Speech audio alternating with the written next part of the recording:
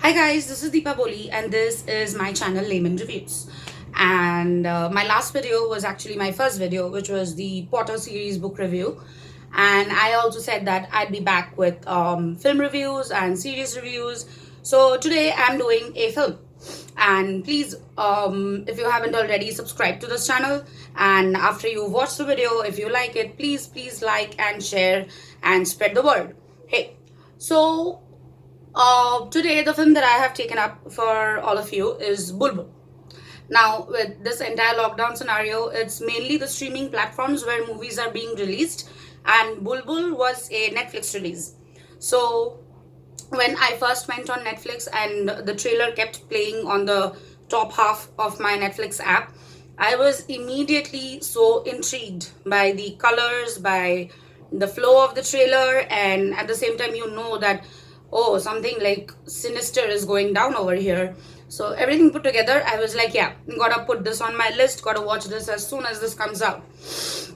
And Bulbbul, well, generally open to positive reviews, and it is still getting positive reviews, really, because of how certain themes have been played out, and the strong female lead, and everything, and excellent acting from the entire cast, the background score. There are a lot of positives there, but you will keep coming across this one word that a lot of people are saying about this movie, and that is predictable. So, listen to what I have to say, and maybe this one thing has been holding you back. That you keep hearing that, hey, it's too predictable, it's too predictable. So, listen to what I got to say, and then maybe you can take a call. And I hope you enjoy it if you decide to watch it. So, getting into it. Well, when I watched Bulbbul, let me just say that the word predictable being used here is not wrong. Well, if you've watched horror movies for as long as I have, I mean, back when I started watching horror movies, we didn't have streaming apps and all of that. We just had torrents, and I'd download horror movies by the list on torrents and sit and watch them on my laptop or my desktop or whatever I had at that point of time. I was really little. This was really long ago, guys. I'm getting old. So yeah, but I've been a horror fanatic since like my preteen years, you could say. So as I was saying, when you've been watching horror movies for as long as I have, like, if they give you a lot of giveaways right in the beginning, you just get the plot right away. And this is not just like experience talking here. This is also if you are very observant, and keen, and you are really into it, and you are listening to the dialogues, and you're watching the scenes play out, and you've watched the trailer, you know what the movie is about. So too many giveaways, and you kind of end up thinking that, oh my god, I already know how this is going to go down. So yeah, in the first 15 to 20 minutes of the movie, let's say, I did figure out the who of Bulbbul. Yes, I did. But why did I keep watching is, well, first because it's beautifully done. See, there are so many aspects to bringing a film together, and this is Anvita Dutt's directorial debut. She's been in the industry for a very long time as a lyricist, as a dialogue writer, but this is her first directorial debut, and she's done a wonderful job. And the actors and the colors and makeup, I mean, there is not one point that you can take away from all of this. So it is a visual and beautiful spectacle, first of all, which keeps you glued to that screen. Even if you've figured out the who, or maybe a little bit more than that, you want to stick around and watch it, because yeah, you may have figured out the who, but they haven't really told you the how or the why. Now, the reason why I kept watching is, well, I started it. I have this very bad habit of not being able to leave things midway. Also, another reason was that I was already so captivated by all of this that I told you about, by the beautiful way that the entire movie was put together, the costumes, the dresses, the immaculate level of acting, everything. And I saw that, I thought that it deserved to be seen out, till the end. So I stuck around. And also, I had to see, like, I figured out the who, but how are they going to execute the how and the why, and is it going to be worth it? So after I finished the movie, well, my other family members and me were like at different pages with this. Like my brother thinks it wasn't a tight enough plot, and he's very critical regarding these. But hey, this is layman reviews, and I'm a layman person, and I do not know so much about critically looking at things. So I'm giving you like a normal viewer response here, and I'm telling you that the execution of why this character came into being, how she was transformed, and why she is doing what she is doing. There is a reason behind everything. I mean, you realize that men in this village are dying. And in the beginning, the only thing that is going around is there is a churel, there is a churel. But you do not know why these men are being killed. So and like if the victims are chosen at random, if she just picks a person, or there is like a pattern to her selection. So all of that slowly comes trickling in. So I think it's time that I like started from the beginning here, now that I've given you like a backdrop. So Bulbbul starts off with a marriage scene, the marriage of a hardly 5-year-old girl, and this is 1880s Bengal. And at that time, in the Bengali community, they followed something that is known as Gauri Dan. And Gauri Dan literally means that your daughter has to be married off by the age of 8. I mean, 9 years old, and she's already too old to be married. You know, no one's going to come looking for her. So this barely 5-year-old girl who looks like a doll when dressed up as a bride gets married to this man who is easily 2.5 times her age. And this is the Boro Thakur of the village, and he is Indranil. Now, Indranil also has a twin brother, Mohendro. And while Indranil is the smart, that time young, dapper dude, Mohendro, on the other hand, is mentally handicapped, and he's also already married. So, and his wife is being played by Pauli Dam, who is Binodini. So, Mohendro and Binodini have been a couple for a while now, and well, Binodini too is a lot older than this 5-year-old child bride, Bulbbul. So, but among the two brothers, it is Indranil who is older, and also the one who is more able to look after the duties and responsibilities that are required of him. So he is the Boro Thakur. And even though Pauli is like when they show the 5-year-old Bulbbul and Binodini in the same frame at that point of time, when Bulbul's little, you know, she almost looks like she could be her mother, and yet like she calls her Boro Thakurain because Bulbbul married Boro Thakur. So in hierarchy, she is above Binodini. Now, through these certain dialogues, and the flow of dialogues is an excellent thing here. Like, you can make out that Anvita Dutt has completely utilized her experience as a dialogue writer, which is why the dialogues are so flowy and almost poetic, and yet like they hit you really hard in places where they have to hit you.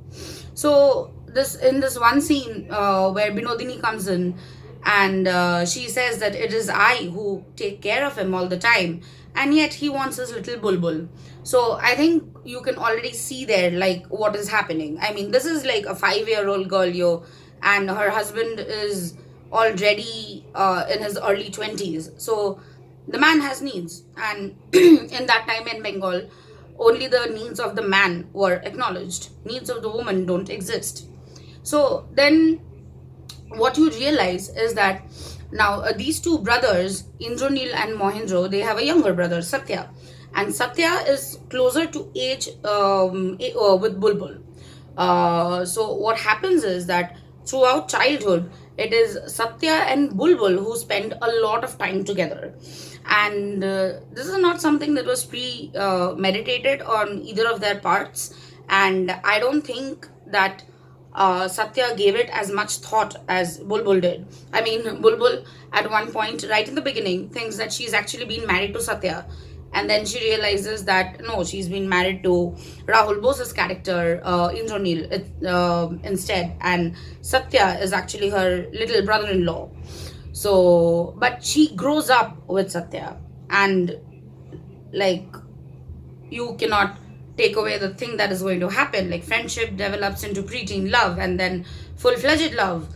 And Binodini, on the other hand, is very jealous. Like, think about this. I mean, this woman has no position. Suddenly she's being side placed by this girl who is Boro Thakurain, whom she thinks is not really deserving of the position, because she doesn't take care of herself. Her hair is messy. She doesn't really like getting a lot of jewelry or whatever. And at one point, Binodini even says that, people might mistake me for Boro Thakurayan instead of you. And here you have Bulbbul saying that, Didi, how does it matter? But Binodini's jealousy or hidden rage, suppressed rage, goes to the point where she starts hinting into Indranil's ear, poisoning his mind with the thought that Bulbbul is very attracted to Satya, which again is really not a lie once you start observing them, really. And Bulbbul and Satya had their, like, this little place, this little cottage by the pond where they used to sit, and they were working on a manuscript together, and a lot of things were going on. And once he really started seeing all that, started opening his eyes to the bigger picture, he realized that there was some truth in what Binodini was saying. And obviously, here is this man with this huge inflated ego who has a mistress on the side because his twin brother cannot take care of the needs of his wife. So he already has Binodini, and now he has this beautiful girl who's grown up and is of age and is his wife, and he wants both. He wants everything out of life. But Bulbbul, being romantically associated or even having hidden feelings for someone else, is unacceptable. So what happens is that out of this rage, he ships Satya off to London for higher studies. And what immediately strikes you is that Bulbbul here is almost on the verge of tears and is constantly anxious about the fact that Satya is going to leave her in a couple of days. And she's like worried sick about this fact. And she's asking him questions like, what happens when you get married?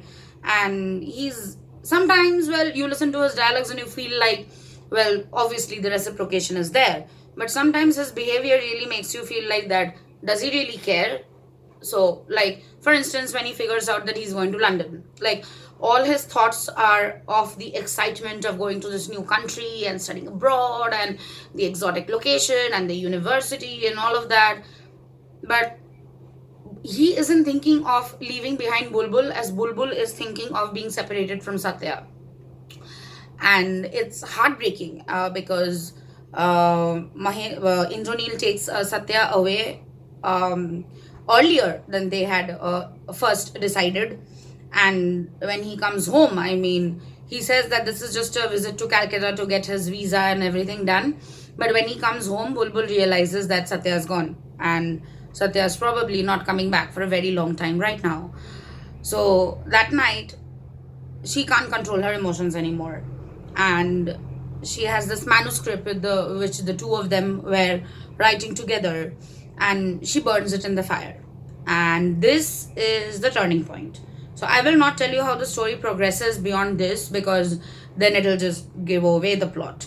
But let's just say that after this, what happens is like it shows you the ugly side of the patriarchal setup that was there, of a man's inflated ego who had a mistress on the side, who had a wife, and he was eating out of both their hands, but he couldn't take the fact that his wife circumstantially had developed feelings for his younger brother.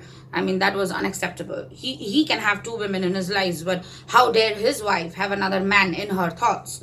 So after that, a lot of things go down, which ends in the fact that he actually leaves the Thakurbari and he goes away to Calcutta or to some other village, but he does not stay back here. And this is when you also realize Binodini's pain, because when Binodini says that, do you really have to go? And he says, there is nothing left for me here. And this woman who's being serving as his mistress for so long till his wife grew up, and even from before that, I mean, she was only seen as this, um, let's say, the end to his needs, but she might have developed a certain level of feelings for this man because she was engaged with him for so long. Like, she doesn't really have any relations with her husband apart from scolding him once in a while like a child. Her entire life until now has been spent catering to Indranil's needs, and Indranil, with that one sentence, just like denies anything that has happened between them, or any kind of emotional attachment on his part towards Binodini. He just says, there's nothing left for me here, it's better that I go.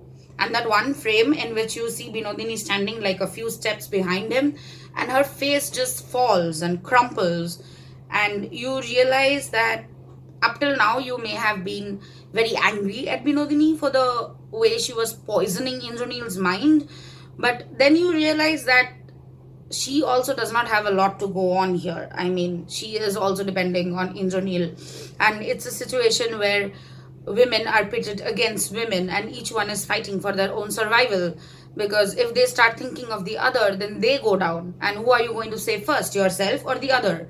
It's a simple case of that, really. And that one moment is a very powerful hit. And then, so after he leaves, and then you jump a couple of years, and Satya is now coming back. And the first time you actually see this churel is when Satya is riding back into the village through the forest, and suddenly the carriage stops because something's wrong with the wheel or the horse, and the man, his driver, he gets down to check. And that is when the churel comes down, like topside down like that, from the branches, and takes a good look at him. But you only see her from the backside, obviously.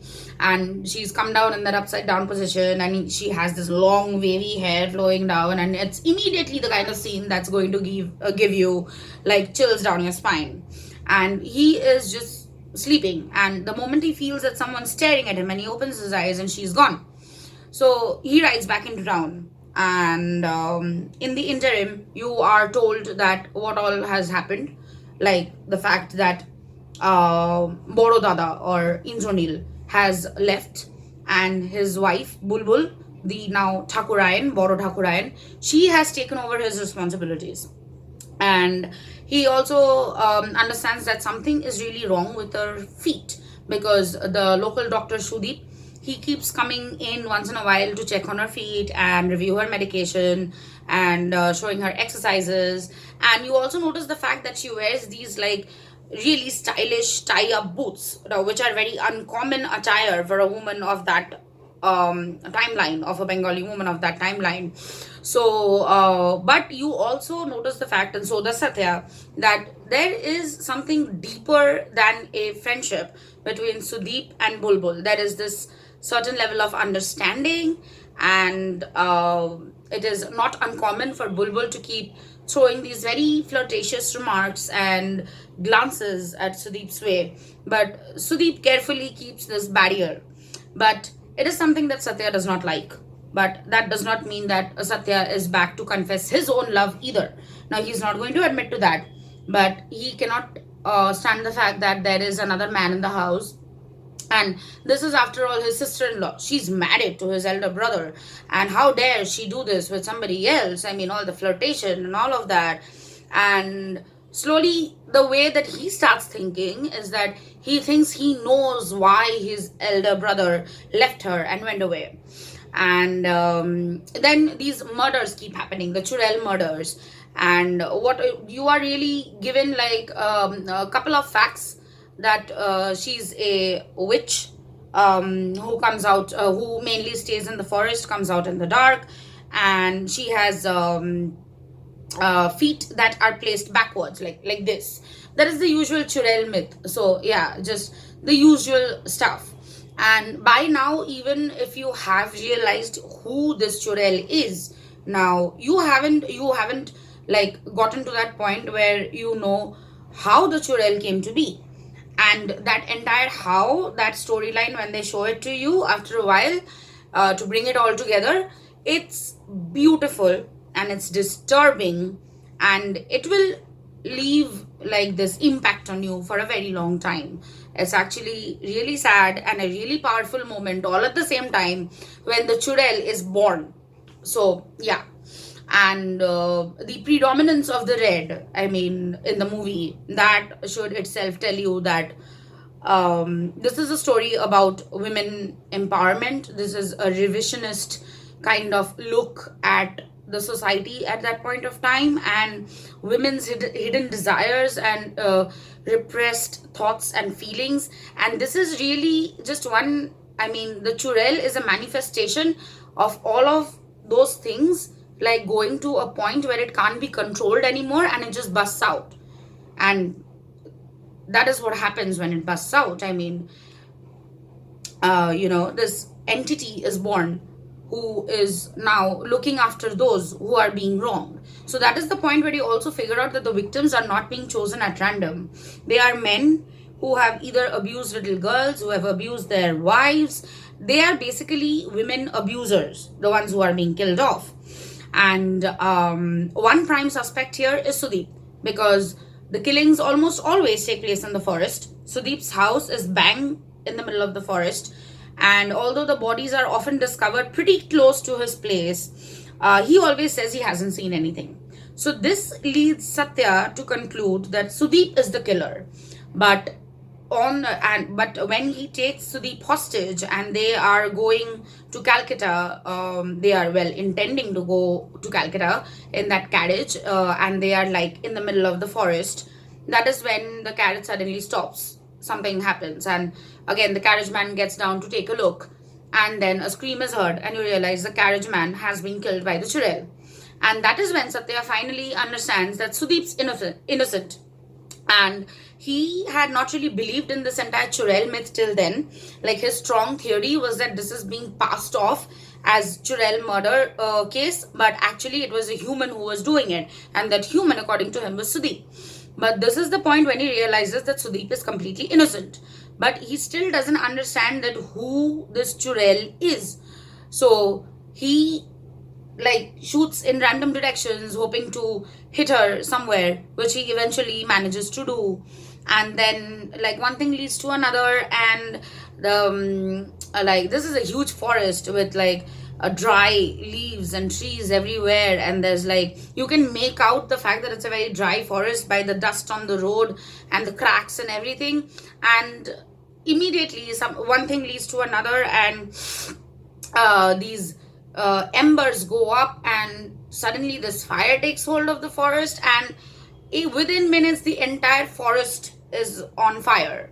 And it is at this point where Sudeep says something that makes Satya realize who the churel really is and what was happening all along. And that is when he starts grieving, because he's finally understood. And I think at that point, when he realizes what he's done, is finally the moment that when he can also accept his own true feelings, which he was evading till then. Because there was this very powerful scene where he confronts Bulbbul and offers her a cigar, because he'd earlier hidden out in the bushes near Sudeep's place, and he'd seen her smoking a cigarette with Sudeep, or a bidi or whatever, but she was smoking. That's the thing, and that's what women in 1880s in Bengal did not do. So he's already having doubts about the character of Bulbbul, and he also suspects that Sudeep and her are having an affair. So all in all, there is this scene where he informs her that he has figured out who this murderer is, who poses as the churel, and that he does not, given her recent behavior, he does not know what to do with her. And it is very unwomanly of her to have been parading around the village and taking over Boro Dada's responsibilities, because women do not do that. And now that he's back, he's going to look at all of that, and he doesn't really know what to do with her. She's really gone down this horrid path, and he no longer recognizes that innocent woman who came to this house as Borobodi. And the safest course of action would probably be to send her back to um, her parents' house, to her Pishi, because it is her Pishi who brought her up, like her paternal aunt. Her parents are never shown, and one assumes that her parents were never in the picture to begin with. Maybe they died in a tragic accident or something. So at this point, she laughs and she just turns around and says, "All you men, you are all the same." And yeah, it is these tiny dialogues at the perfect point, with that perfect expression, that look, everything put together, that gives you these memorable moments from Bulbul, which makes it worth watching. So yes, I don't think there is anything more to add at this point, apart from the fact that also you have to watch it for the brilliant performances that everybody put in, like our very own Pauli from the Bengali film industry, Tripti, who plays the title role Bulbul, and Porombrito, who is the doctor Sudeep, and Avinash Tiwari, who plays Satya, and Rahul Bose, who does the twin brothers Mohindro and Indranil. And everyone is a sheer pleasure to watch. Everyone is on their A game, especially Tripti. Like, Tripti is amazing in this entire thing, and the way she has adapted to this Bengali Thakurain persona. Like, if you do not like, when I first watched Bulbul, I thought she was like a new Bengali girl on the scene. And then I looked her up and I was like, oh, she's not Bengali.